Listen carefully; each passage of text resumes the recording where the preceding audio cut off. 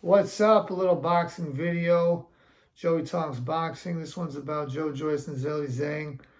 What an upset it was. I mean, Zhang kept hitting Joyce with right hand, with straight left hands, and I think that Mark Kriegel, the broadcaster for ESPN, who did a great job, hit it right on the head. He said, Joyce has shown a great chin over his career, but at some point is that going to catch up?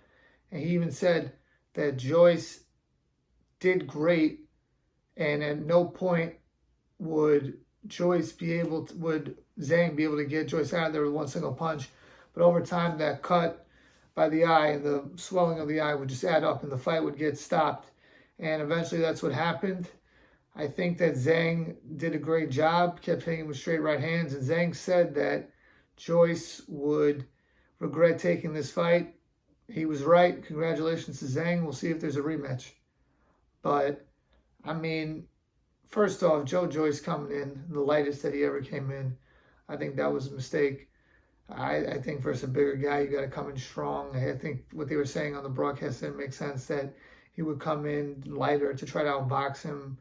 You still see a massive hand speed disadvantage that he was under. The guy is slow with his hands, so that's just a bad idea. Don't come in light. I think that he's got to be able to survive the early rounds in a rematch and then come back in the later rounds and gas Zhang out, because Zhang's work rate was low. But I think the bigger thing is Joyce was a very prominent contender, and Joyce, a lot of people said could give Fury a tough fight, could give Usyk a tough fight, could give Joshua a tough fight, give Wilder a tough fight, and I still think he can. But I think the problem is when you are someone who fights in the style that he fights in, it's going to be tough for you to win that way. Over time, if you just keep taking punches to the face, I don't care who you are, if you're taking punches from 250-pound men consistently, it's not a winning recipe. I know he beat Dubois. I know he beat Parker. But yeah, I guess it's just not a winning recipe. It's not sustainable. Now, I'm going to say this. I was totally wrong. If you watch my pre-fight video, I said that Zhang would have very little chance of beating him. I did not see this coming, so I can't be hindsight 2020. I thought that Joyce had every major advantage on him, and I didn't think the speed advantage that Zhang had on Joyce would be significant, so I can't be fake about it. But, yeah, I mean, Joyce, he didn't look good. He didn't look sharp. And, yeah, he's got a great chin. He's got a great jab, and he's got good power.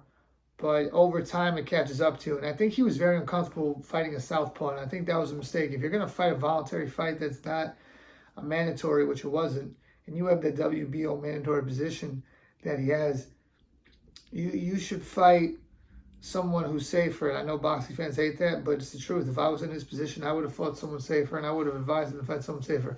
I love that he didn't, because this is a great matchup. You had two huge guys.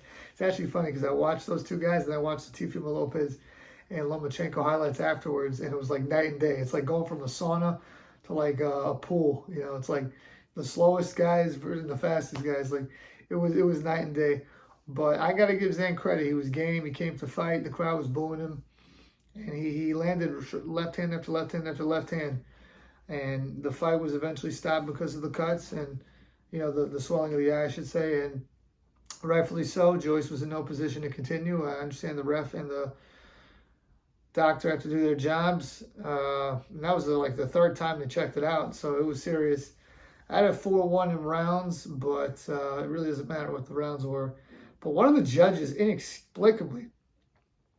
inexcusably had Joyce ahead at the time of the stoppage, and that's just completely ridiculous. I don't think that's right at all. I think it was overall a fun fight, and I want to see a rematch of the fight. And I think Joyce can win a rematch of the fight, but he's got to learn how to stay away from the left hand, and he's got to also put that weight back on, because what he did this fight was just not it.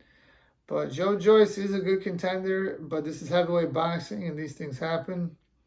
It's a setback. We'll see what he goes to now. Does he do the rematch? I think he does. Should he do the rematch? I think he should.